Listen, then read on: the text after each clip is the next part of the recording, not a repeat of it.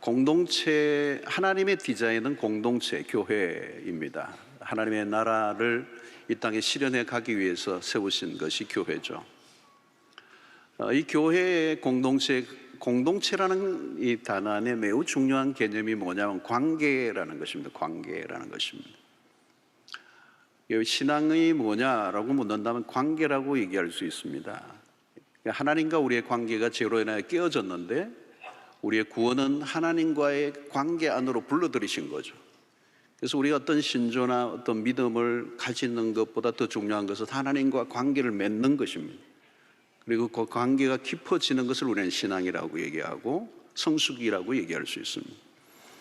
그래서 우리의 신앙의 핵심은 그 하나님과의 관계가 회복될 뿐만 아니라 이웃과의 관계가 회복되는 것, 그 전체의 회복이 하나님의 나라라고 볼 수가 있습니다. 이게 신앙은 관계를 어떻게 맺어가는가를 배워가는 것이죠. 신앙의 성숙이 됐다는 말은 관계가 더 깊어져 간다는 거죠. 여러분들 신앙 주변의 사람들과 관계가 깊어져 가고 또 풍성해진다면 그게 신앙이 자라가는 것입니다. 여러분, 행복이 어디로부터 오죠? 행복은 멀리서 오는 게 아닙니다. 관계를 통하여 오는 거잖아요.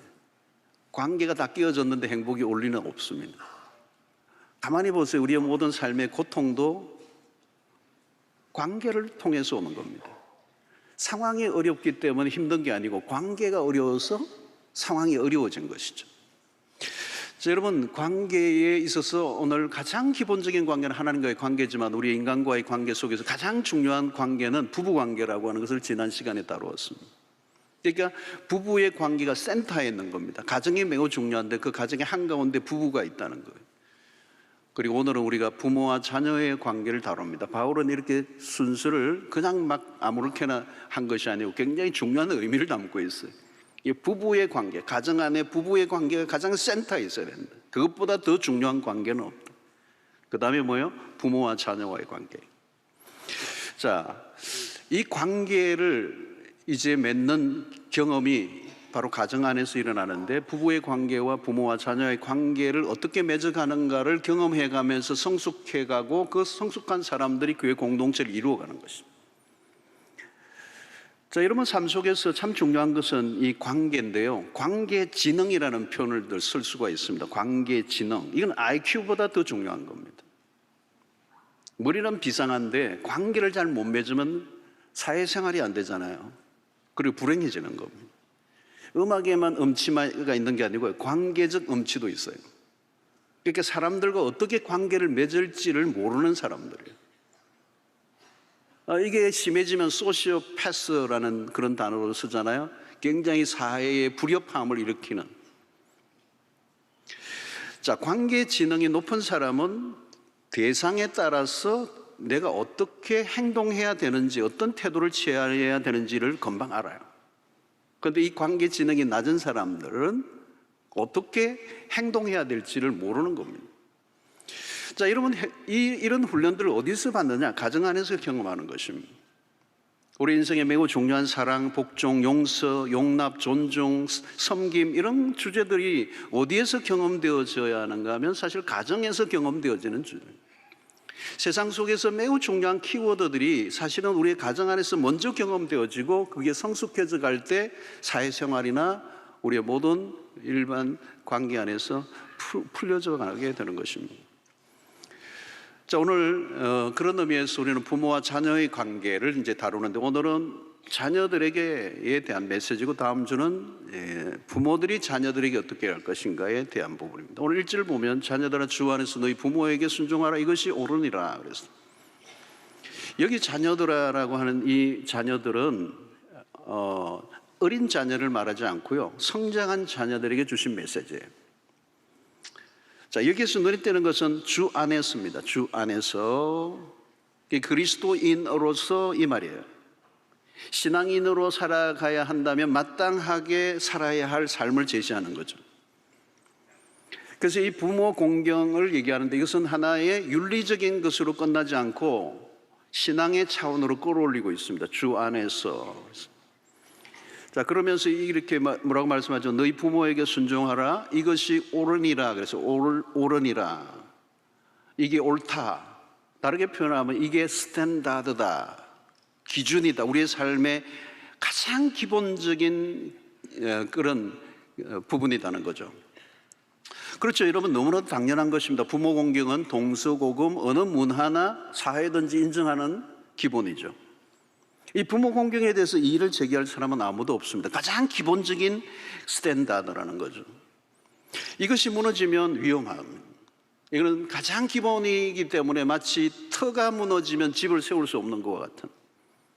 그래서 바울은 지금 계속적으로 가장 스탠다드를 우리에게 소개하고 있는 것입니다. 가장 에센셜한, 가장 기본적인 것을 강조하고 있습니다. 자, 남편은 아내를 사랑하고 아내는 남편에게 복종하고 자녀들은 부모에게 순종하라. 여기 순종은 아내가 남편에게 복종한다는 그 단어보다 훨씬 더 스트롱한, 강한 단어를 쓰고 있어요. 자, 2절에서 보면 내 아버지와 어머니를 공경하라. 이것은 약속이 있는 첫 계명이니. 자, 이것은 태도의 문제입니다. 공경이라는 이 말은 태도예요. 마음 깊숙한 곳에서부터 흘러나오는 태도. 자, 이것은 여러분, 바울이 왜 이 얘기를 합니까? 그리스도인들에게 어쩌면 당연한 얘기를 하고 있는 것 같지만 그 시대의 이방 문화 속에서 많은 자녀들이 부모에게 공경을 하지 않았다는 거예요. 그래서 이것을 강조하는 거죠. 자, 이방 문화가 어떠했습니까? 디모데후서 3장 1절 2절에 보면 이런 말씀이 있습니다. 너는 이것을 알라. 말세에 고통하는 때가 이르러 사람들이 자기를 사랑하며 돈을 사랑하며 자랑하며 교만하며 비방하며 부모를 거역하며 감사하지 아니하며 거룩하지 아니하며. 자, 말세에 고통하는 때가 이르는데 그 말세에 어떤 징조가 나타나느냐? 별별 무슨 다른 일들이 나지만 아주 여기 하나가 부모를 거역하며라는 거죠. 자, 로마서에서도 마찬가지. 로마서 1장 30절에 비방하는 자요, 하나님께서 미워하시는 자요, 능욕하는 자요, 교만한 자요, 자랑하는 자요, 악을 도모하는 자요, 그 다음에 마지막 부모를 거역하는 자요. 자, 여기서도 부모를 거역하는 자가 나옵니다. 이게 세상의 문화라는 겁니다. 부모를 공경하는 게 자연스러운 게 아니에요. 이방의 문화의 핵심은 부모를 거역하는 거예요. 자, 이러면 사실은 이것은 이방의 문화지만 죄인의 모습이에요. 반항은 죄인의 특성입니다. 요즘 세태를 보세요. 부모에게 이제는 심하죠. 대들고 욕하고 심지어 때리고 죽이기까지 하는 일이 뉴스에서 자주 나오고 있습니다. 근데 태폐적인 현상이고 종말론적인 현상이고 매우 위험한 정도예요. 아무리 세상이 막가도 악해도 이 정도까지 가면 안 되는데 막장 정도까지 간 거예요. 자, 인간의 죄성 안에 이게 있습니다. 반역의 영이 있습니다. 누가복음 15장의 탕자의 비유를 보면 큰아들이나 집을 나간 아들이나 둘 다 동일하게 반항의 영이 있어요. 둘째 아들은 집을 떠남으로 아버지를 거부하는 것, 집 안에 있었지만 아버지를 향해 거침없이 몰아세우는 큰아들, 다 그 안에 뭐가 있어요? 반역의 영이에요. 이게 죄인의 모습입니다. 여러분, 사춘기에만 반항이 있는 게 아니에요. 하나님을 떠난 인간의 삶 전체가 사춘기적이에요. 그게 죄의 본성이라는 겁니다. 마귀는 누구입니까? 여러분, 에베소서 2장에 우리가 이미 살펴보았는데 불순종의 아들들 가운데서 역사하는 영이라 그랬어요. 마귀가 누구에게 역사하기를 좋아하느냐? 불순종의 영을 갖고 있는 사람. 여러분, 세상을 보십시오. 세상에 가득한 것은 불순종의 영입니다. 거부하고 저항하고 딴지를 걸고. 그리고 세상이 이렇게 요란한 이유가 그거예요. 악을 쓰면서 자기의 어떤 목적을 이루기 위해서 쟁취하기 위해서 상대를 몰아세우는. 여러분, 아이들 안에서도 어린 시절부터 보면 죄성이 그대로 드러납니다. 아니 우리 한국 도리도리 안 가르쳐야 돼. 도리도리 이게 문제인 것 같기도 하고. 여러분, 어릴 때는 반항할 수 있습니다. 그러나 죄의 본성이 다스려져야 돼요. 반항하는 게 멋있어 보이는 거죠. 1960년대인가에 비틀즈 같은 비틀즈 그룹의 노래가 그런 거잖아요. Let it be, 내버려 두라는 거잖아요. 그때 반항의 문화가 일어나고 그때 히피 문화가 막 같이 일어났어요. 이 문화들 안에 그런 게 있는 겁니다. 요즘은 인터넷에서 욕을 막 쏟아붓는 거, 욕의 카타르시스. 일단 반대부터 하는 거예요. 반대하고 딴지를 거는 것에 중독이 된 사람들. 그것도 중독이에요, 여러분. 이런 태도가 굳어지기 전에 가정에서 부모와의 관계 속에서 순종을 배우는 거예요. 그리스도인이 받아야 될 중요한 핵심적 레슨 중에 하나가 뭐냐면 순종이라고 하는 것입니다. 신앙생활은 딴 게 아니에요. 순종 훈련입니다. 제자도의 핵심이 뭐냐? 순종입니다. 예수님이 제자들에게 하신 말씀은 나를 따르라. 다른 설명이 없어요. 그냥 따라오라는 거예요. 여러분, 순종 훈련의 가장 중요한 현장이 어디냐? 가정이라는 겁니다. 그래서 존 칼빈은 이런 얘기해요. 부모 공경을 통해서 하나님을 공경하도록 이끄시고자 하셨다. 부모를 통하여 하나님께 순종하는 법을 배우도록 하셨다. 하나님을 아버지라 부르게 하신 것은 의미가 있습니다. 지상의 아버지를 통하여 하나님 아버지를 알아가게 하십니다. 하나님과의 관계를 이해하는 데 있어서 육신의 아버지의 관계를 통한 경험이 매우 중요하다는 것입니다.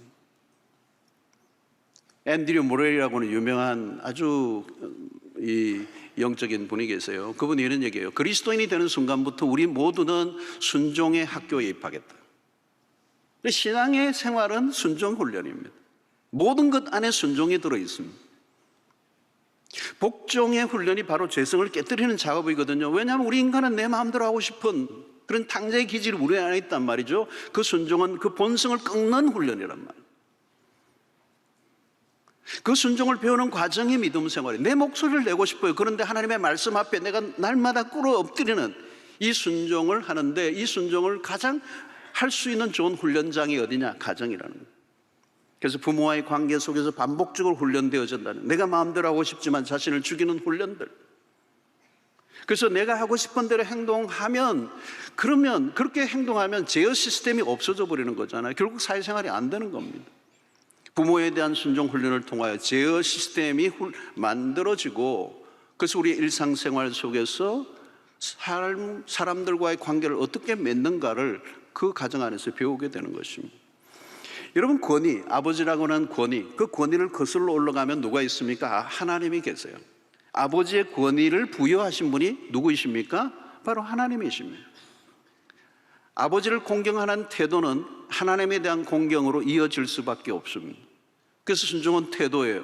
그래서 순종할 것인가 거역할 것인가, 태도의 문제. 그 태도는 삶의 패턴을 만들어내고, 어린 시절부터 부모와의 관계 속에서 순종의 태도를 배우지 못하면 우리의 삶에 이상한 삶의 패턴이 만들어지는 것입니다.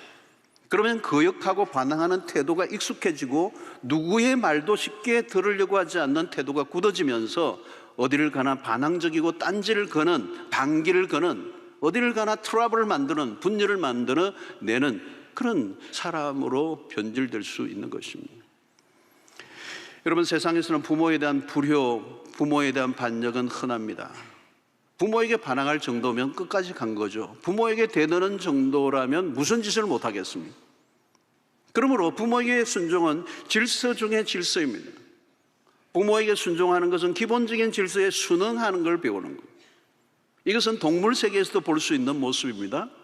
기본 질서가 무너지면 사회 전체가 위험해지죠. 그래서 우리는 가정의 부부관계 안에서의 질서, 부모와 자녀와의 관계에서의 질서는 우리의 삶의 센터에 놓여져 있는 것입니다. 사랑하는 성도 여러분, 하나님은 질서의 하나님이십니다. 하나님은 질서를 매우 중요하게 계십니다. 그리고 그 질서로부터 시작하여 공동체의 질서, 사회의 질서, 국가의 질서로 연결이 됩니다. 질서가 얼마나 중요한지 모릅니다. 질서가 깨어지면 혼란 그 자체입니다. 여러분, 선진국과 후진국의 차이도 딴 게 아니에요. 질서예요. 선진국에 가면요, 질서 정연해요. 질서가 정확해요. 그 안에서 안정감을 느껴요. 여러분, 오늘 우리가 이 부모에 대한 공경의 문화, 이건 질서의 차원에서 하나님께서 아버지에게, 부모에게 순종하라고 하는 말씀을 우리에게 주신 거죠. 자, 오늘 우리의 부모에 대한 공경의 문화가 허물어지고 있는데, 과거는 부모 세대, 원로에 대한 존경이 자연스러웠습니다. 변화가 없었던 시대고, 모든 것은 부모로부터, 어른으로부터 우리는 지식을 전수받고 경험을 전수받았어요. 지금은 문명사회의 발달로 인해서 모든 시스템이 한꺼번에 다 변해다 했어요. 부모로부터 배우는 것이 아니라 이제는 젊은 층들에게 배우지 않으면 살 수 없는 세상이 되어버렸어요. 인터넷의 발달이 주범입니다. 위아래의 개념이 없어져 버렸어요. 권력의 집중화가 해체되어 버렸습니다. 누구든지 자기가 있는 곳이 중심이 될 수 있게 만드는 것이 인터넷 시대예요. 그래서 인터넷, 유튜브나 이런 거 인플루언서들이 이렇게 일어나는 이유도 거기에 있는 것입니다. 자, 이런 문화의 현상의 특징은 권위의 실종입니다. 요즘은 군대에서도 사병들이 핸드폰을 가지고 있어요. 언제든지 문제를 제기하고 상급자를 고발할 수도 있어요. 그래서 장군이라도 사병의 눈치를 봐야 돼요. 이건 권력의 이동입니다. 이제는 권위를 가진 사람들에 대한 일반적인 존중을 요구하기 어려워졌습니다. 자, 이런 것들이 사회적 갈등이 빈번해진 이유인 중에 하나입니다. 젠더의 갈등, 세대의 갈등, 계층 간의 갈등, 이념 간의 갈등이 심해진 이유인도 여기에 있습니다. 이런 갈등들은 기본적인 질서의 붕괴로부터 왔습니다. 기본이 얼마나 중요한지. 자, 오늘 자녀들에게 부모를 공경하라는 이 말씀 메시지 중에 매우 중요한 것은 뭔가 하면 나는 누구인가라고 하는 것을 질문하게 하는 것입니다. 여러분, 부부관계 속에서도 마찬가지입니다. 남편과 아내는 각자 내가 누구인가를 바로 알아야 관계가 건강하게 세워질 수가 있습니다. 부모와의 관계에서도 내가 누구인가를 바로 알아야 되죠. 왜 불순종하고 거역합니까? 자기 자신이 누구인지를 모르기 때문에. 내가 누구인가를 모르면 마음대로 행동할 수밖에 없습니다. 내가 어디로부터 났는가? 주제 파악을 해야 자기 신분에 맞는 행동을 하게 되는 거예요. 근본을 묻는 질문이죠. 넌 누구냐라고 하는. 근본을 모르면 반역을 하게 되는 것입니다. 반역은 자기 위치 이탈이에요.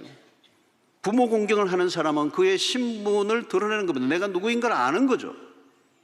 내가 어디로부터 온 것을 아는 것입니다. 그래서 여러분, 우리가 어른을 보면 인사를 잘하는 아이들이 있어요. 예쁘게 인사를 해요. 그 어린 아이들을 보면 부모를 생각하게 되죠. 그 아이가 아니에요. 그 아이의 태도를 보면 부모를 보는 거예요. 그 부모를 보면서 뭘 아는 거죠? 근본이 있구나, 이렇게 아는 거잖아요.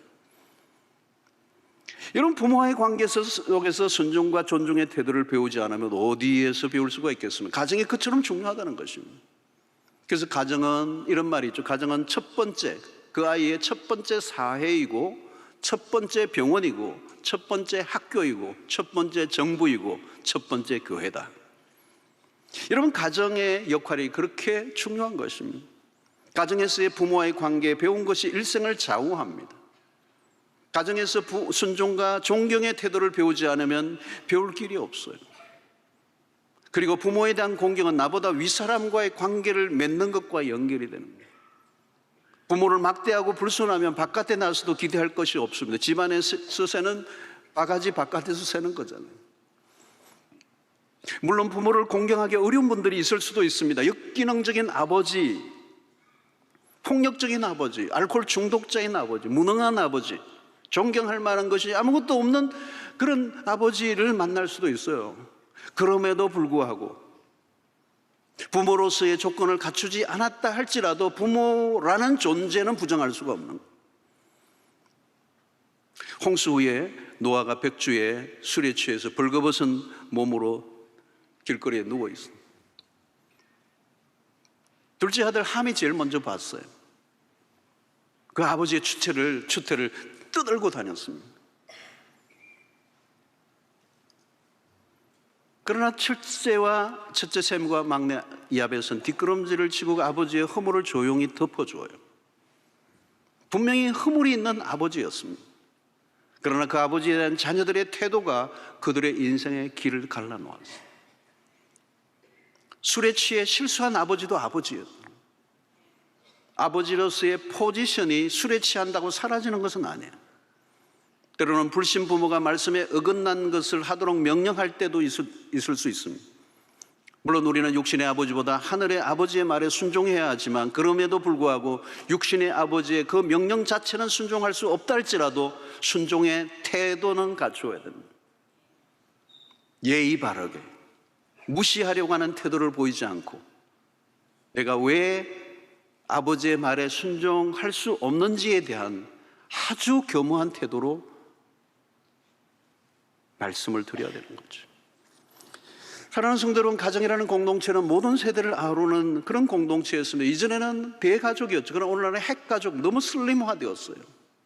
가족 구성원이 너무 최소화되어 버렸어요. 이전에는 할아버지, 할머니, 아버지, 엄마, 이모, 고모, 삼촌, 사촌, 형제들이 어울려 함께 살아왔어요. 가정이 하나의 완전한 사회였습니다. 가족들 관계 안에서 질서를 배웠어요. 더불어 살아가는 것이 무엇인가를 함께 배우며 자연스럽게 배우고 살았어요. 그리고 자기와 다른 세대에 대한 낯설음이 없었어요. 부모와의 관계를 통하여 나보다 나이 많은 사람들과의 관계 속에서 권위를 가진 분들과 어떻게 관계를 맺으며 살아야 하는가를 훈련할 기회가 별로 없어졌어요, 요즘. 그러니까 오늘날 권위에 대한 관계 설정에 어려움을 겪는 사람들이 많아요. 성인이 되었는데도 불구하고 여전히 권위를 가지고 있는 권위자들과 어떻게 관계를 맺고 어떻게 교제를 해야 되는지에 어색해하는 분들이 굉장히 많아요. 왜? 가정 안에서 경험을 해본 적이 없기 때문에. 특히 오늘날 가정의 구조 안에 가정에서 아버지의 모습이 잘 보이지 않아요. 산업화 이후에 아버지들은 너무 바빴어요. 돈 버는 일에 그냥 바깥에서 열심히 살아오기만 했지 가정에서의 아버지의 역할은 존재가 없었어요. 아버지의 역할이 축소되었어요. 아버지의 권위가 존중받지 못하는 경우들도 많았어요. 그러니까 눈에 보이는 권위에 순종하는 훈련을 받을 기회가 전혀 없었던 것입니다. 이런 것들이 학교 부모와의 관계의 미숙함으로 끝나는 것이 아니라 학교에 가서도 교사와의 관계에서도 미숙함을 드러내는 것입니다. 교사의 권위에 순종하지 않으려고 하는 거예요. 요즘 교사의 권위가 많이 실추되어 사회적 이슈가 되고 있습니다. 교사들이 너무너무 힘들어하는 거예요. 교사의 권위가 완전히 땅에 떨어졌다고 얘기하는 거예요. 이게 어디로부터 출발된 것입니까? 이런 현상은 학교에서의 문제로 끝이 날까요? 아니에요. 사회 전반으로 이어지게 되어 있습니다. 가정에서부터 출발된 그 문제가 학교로 그리고 사회로 연결되는 거예요. 어디를 가나 권위를 만나게 되니까. 직장에서 보스와의 잦은 마찰은 한순간에 일어나는 일은 아니에요. 권위의 문제는 생각보다 우리의 삶의 다양한 부분에 지대한 영향을 미치는 것입니다. 이 권위는 질서의 문제예요. 우리 교회는 주일날 숫자가 굉장히 심각합니다. 오늘도 제가 보니까 뭐 1부, 2부 마치고 나올 때 지금 3, 4부도 아마 굉장해요. 아마 위에 계신 분들 많은 경우에는 교회 보고도 못 들어오신 분들이 많이 계셨을 거예요. 주차가 굉장히 심각해요. 여러분 교회 교통 안내하는 분들의 수고가 굉장히 많습니다. 이분들이 가끔 하소연을 해요. 교통안내위원회 말을 안 듣는다는 거예요. 가끔은 거세게 항의하는 분들도 있다고 그래요. 아마 저는 지나가는 행인이라고 생각이 드는데요. 여러분 교통안내에 따르는 것도 역시 권위 아래 순종하는 것입니다. 교통 법규를 지키는 것도 그 국가의 권위에 순종하는 것입니다. 나이가 아주 어린 경찰이 얘기하는데도 우리가 순종해야 되는 이유는 국가의 권위를 갖고 있기 때문입니다. 권위를 가진 사람을 세우는 목적은 질서에 있습니다. 권위를 무시하는 순간 공동체는 혼란에 빠집니다. 권위를 존중히 여기는 문화는 매우 중요합니다. 이 순종의 훈련은 그리스도에게 최고의 레슨이에요. 어릴 때부터 받아야 할 훈련이고 늦어질수록 힘들어지는 것. 부모의 권위 아래에서 순종을 배우는 것은 너무도 중요합니다. 부모들은 자녀들에게 부모 공경을 가르쳐야 됩니다. 그런데 오늘날 지나친 자녀 중심의 문화의 폐해가 커요. 집에서 아이들이 왕이니까 아이들도 자신이 왕인 줄 알아요. 모든 게 아이 중심으로 돌아가요. 자녀들을 사랑하고 돌보는 것은 좋으나 부모에 대한 공경을 가르치지 않는다면 이 피해는 모든 것으로 확대된다는 거예요. 부모 공경을 가르칠 때 중요한 것은 나 자신도 부모를 공경하면서 자녀들의 공경을 가르치는 이 가장 효과적인 것입니다. 내가 부모의 존재를 공경하지 않으면서 자녀들에게 나를 공경하라는 것은 모순이 되는 거죠. 이게 질서의 문제입니다.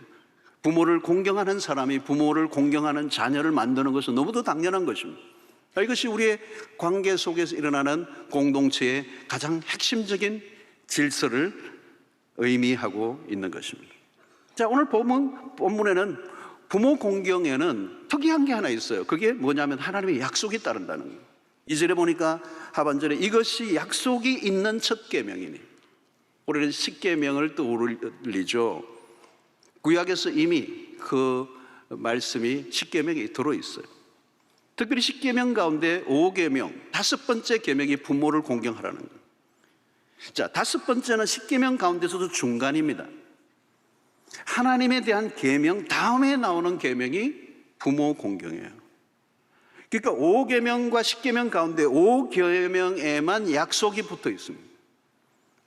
왜 이 계명에 약속이 붙어 있을까? 5계명에 한 가지 유추해 볼 수 있는 것은 인간이 부모 공경을 잘 하지 않기 때문일지도 모른다. 또 어떻게 생각하면 부모를 공경하는 게 쉽지는 않아요. 상이 성가되었다는 것은 이 부모를 공경하는 것을 힘들기 때문에 격려하기 위해서 상을 약속하신 거죠. 여러분, 부모를 섬기는 일은, 공경하는 것 생각보다 쉬운 일은 아닙니다. 언제나 내리사랑이죠. 사랑은 아래로 흐르기는 쉽지만 위로 흐르기는 어려워요. 또 현대사회에 현실적인 문제가 있으면 나 살기도 힘든데 자녀들 키우는 일도 버거워. 이전에는 여럿을 동시에 키웠지만 지금은 하나둘도 힘들어. 거기에 부모까지 섬겨야 돼. 문제는 고령화예요. 이전에는 힘들어도 조금만 섬기면 돌아가셨어요.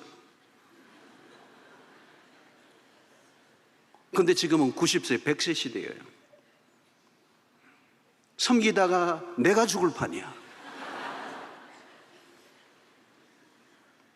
그래서 요즘은 환갑, 회갑 잔치를, 옛날에는 60, 70이 되시면 돌아가시니까 환갑 잔치 해드리고 회갑 잔치를 해드렸단 말이에요. 그런데 요즘은 환갑, 회갑을 누구 해요? 안 하죠. 어떤 분은 하도 주변에서 해라 해가지고 어디 잔치집에 뭐 어딘가 가서 칠순잔치 하러 억지로 주변에 권유해서 가서 했는데 옆에서 구순잔치 하고 계셔가지고 그냥 살짝 나왔다는. 부모님들을 섬기는 일이 길어졌어요. 힘든 일이에요.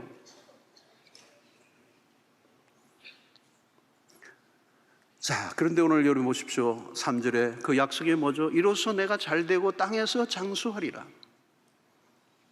자, 이것은 장래의 약속만이 아니라 현재의 삶에서의 보장이 따라 붙는 겁니다. 내가 잘되고 땅에서 장수하리라. 구체적으로 무엇을 의미하는지는 해석이 좀 필요해요. 그러나 부모 공경을 통해 주어질 축복은 얼마든지 생각해 볼 수 있어요. 다윗은 사울을 끝까지 반역하지 않고 권위를 보호합니다.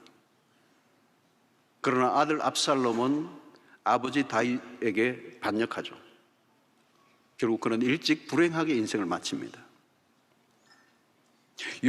구약의 요셉은 자신에게 해를 가한 형들에 대한 용서와 아버지를 애굽의 고센으로 불러들여 모십니다.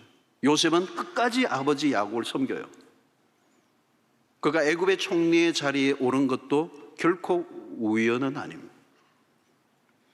복을 받을 사람이 누구인가를 보는 눈이 필요합니다. 예수님의 어머니 마리아를 돌본 사도 요한은 제자들 가운데서도 가장 오랫동안 살았어요. 그리고 밤모섬에서 그는 하나님으로부터 놀라운 환상을 받죠. 친어머니가 아니지만 자신의 어머니처럼 섬긴 것은 그에게 너무도 축복된 기회였습니다.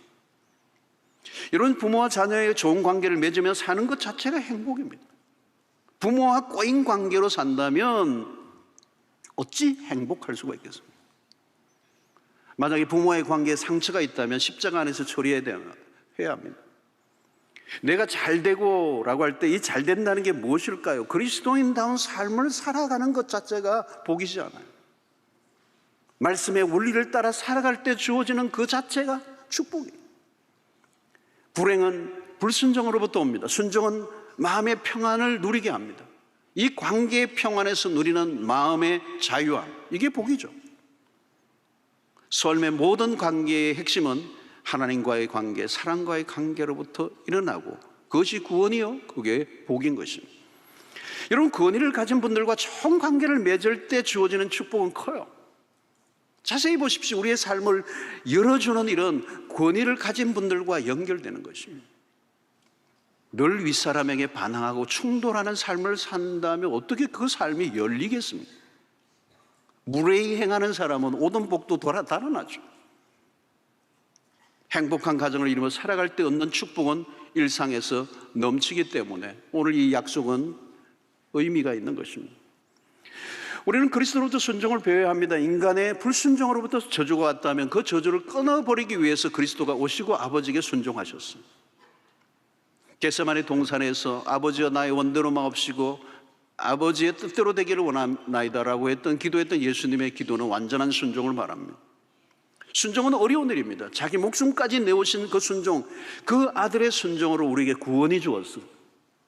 히브리서 5장 8절로 9절에 보면 그가 아들이시면서도 받으신 고난으로 순종함을 배워서 온전하게 되셔선적 자기에게 순종하는 모든 자에게 영원한 구원의 근원이 되시고 그랬습니다. 그리스도는 순종의 아들이셨습니다. 우리가 따라갈 모델이시죠. 우리가 그 그리스도를 바라보며 때로는 부모를 섬기는 게 쉽지 않지만, 때로는 부모로부터 상처를 입기도 하지만, 잘못 섬겨드려 때로는 내 마음에 아픔을 가지고 있는 분들이 있다면 오늘 다시 한번 예수 그리스도를 바라보고 묵상하며 그 아버지의 뜻 앞에 온전히 복종하심으로 십자가를 지셨던 그 예수 그리스도가 우리의 삶의 모델이 되어야 될 것입니다. 여러분, 십자가상에서도 예수님은 요한에게 어머니 마리아를 부탁하는 아들의 모습을 보이셨습니다. 고통의 극치 가운데서도 어머니 마리아를 잊지 않으셨어요. 바로 이것이 예수 그리스도를 통하여 우리에게 보여주신 순종의 모델이요, 부모의 공경의 모델을 그리스도 자신이 우리에게 보여주셨습니다. 사랑하는 성도 여러분, 우리는 그 부모들의 그 사랑을 받고 자랐습니다. 이제는 자녀들이 그 부모에게 정서적 물질적 필요를 공급해 드려야 되고, 무엇보다도 부모님의 영혼의 구원을 위하여 노력해야 될 것입니다. 자, 부모 공경을 다루면서 마지막 한 가지 짚고 넘어갈 게 하나 있어요. 우리 사회가 고령 사회가 됐다는 것입니다. 은퇴 후에 30년, 40년을 살게 됐어요. 아마 지금 이제 자라나는 어린 세대들은 120세 시대를 이제 가게 될 것입니다. 자, 이렇게 고령화되어져 있는 이 사회 속에 우리가 생각해 보아야 될 것은 자녀들의 부모 공경만을 기대하고 살기에는 다른 세상이 우리 앞에 와 있다는 거예요. 우리는 이 고령화 사회를 준비하기도 전에 우리 사회의 핫 이슈가 되었어요. 자녀들의 공경과 돌봄을 받으면 좋지만 그것과 상관없이 준비 없이 맞이한 노후는 생각보다 혹독할 수 있다는 것. 그게 우리의 사회의 오늘 현상이에요. 노년기에 느끼는 소외감과 절망감과 외로움과 우울감으로 힘들어하는 분들이 많아요. 노인성 우울증이 굉장히 많아요. 노후를 위한 준비를 어떻게 할 것인가? 홀로 서기 연습이 필요해요. 사람을 의존하지 않는 훈련. 육체적으로는 약해져 도움을 받을 수 있지만 정신적으로, 영적으로는 가장 무르익어야 합니다. 영적 준비를 해야 된다는 거예요. 고린도서 4장 16절에 그러므로 우리가 낙심하지 아니하노니 우리의 그 사람은 낡아지나 우리의 속 사람은 날로 새로워지도다. 여러분, 육체적인 쇠퇴는 어쩔 수가 없어요. 어쩔 수가 없어요. 그러나 영혼은 젊은 날들보다 더 빛이 나야 돼요. 육체적인 쇠퇴는 받아들여야 돼요. 때로는 질병마저도 받아들일 준비를 해야 돼요. 외적 조건과 상황은 좋아지지 않는다 할지라도 영적인 상태는 최상이 되어야 한다는 거죠. 이사야 40장 30절로 31절에 소년이라도 피곤하며 곤비하며 장정이라도 넘어지며 쓰러지되 오직 여호와를 앙망하는 자는 새 힘을 얻으리니 독수리가 날개치며 올라감 같을 것이요 다름박질하여도 곤비하지 아니하겠고 걸어가도 피곤하지 아니하리로다. 무엇을 얘기하는 것입니까? 바쁘게 살아오다 보면 영적 준비를 소홀히 했을 가능성이 높아요. 노후는 경제적인 문제만으로 해결될 수 있는 게 결코 아니에요. 영적 준비는 하나님과의 동행의 삶입니다. 열심히 나 혼자 열심히 살아왔다면 이제는 그 주님과 함께 동행의 삶을 이제 연습하셔야 돼요. 영혼의 부를 축적해야 돼요. 나이가 들어갈수록 삶의 관조가 깊어져야 됩니다. 영적으로 정신적으로 자녀들에게 역할 모델이 돼야 돼요. 영적으로 준비하지 않으면 노후가 초라하고 불행해질 수 있습니다. 나이가 들어야만 만들어낼 수 있는 견고함, 성숙함이 있습니다. 여러분, 사람이든 자식이든 의존적이기만 하면 불행해질 가능성이 많아요. 자녀들이 나의 기대만큼 채워주지 않을 수 있기 때문에. 그러면 자칫하면 원망과 불평으로 힘든 시간을 보내야 돼요. 하나님을 의지하고 그 하나님으로부터만 오는 기쁨과 만족을 우리가 누리지 못한다면 힘들어질 수 있다는 거예요. 건강이 보장해 줄 때까지 주를 위해 가치 있는 일에 참여하고 조지 히필드의 얘기처럼 녹슬어 없어지기보다 닳아 없어지도록 나에게 가지고 있는 조그마한 것을 통해서도 누군가를 돕는 삶을 살아갈 때, 여러분 삶의 가치는 어디에 있는 거예요? 내가 다른 사람을 위해서 무엇이든 조금이라도 도움을 줄 수 있을 때 내가 살아있음에 대한 가치를 느끼게 되는 거예요. 무엇보다 지상의 삶의 끝이 나는 날이 와요. 마지막을 준비해야 합니다. 진짜 준비는 죽음 준비입니다. 우리가 평소에 내가 죽는다는 생각을 하지 않습니다. 그러나 아니에요. 죽지 않는 사람은 한 사람도 없습니다. 영혼을 위한 준비를 하고 살아야 돼요. 죽음을 거부하거나 부정하지 않고 긍정해야 합니다. 그리고 천국을 사모하고 바라보는 신앙을 키워가야 합니다.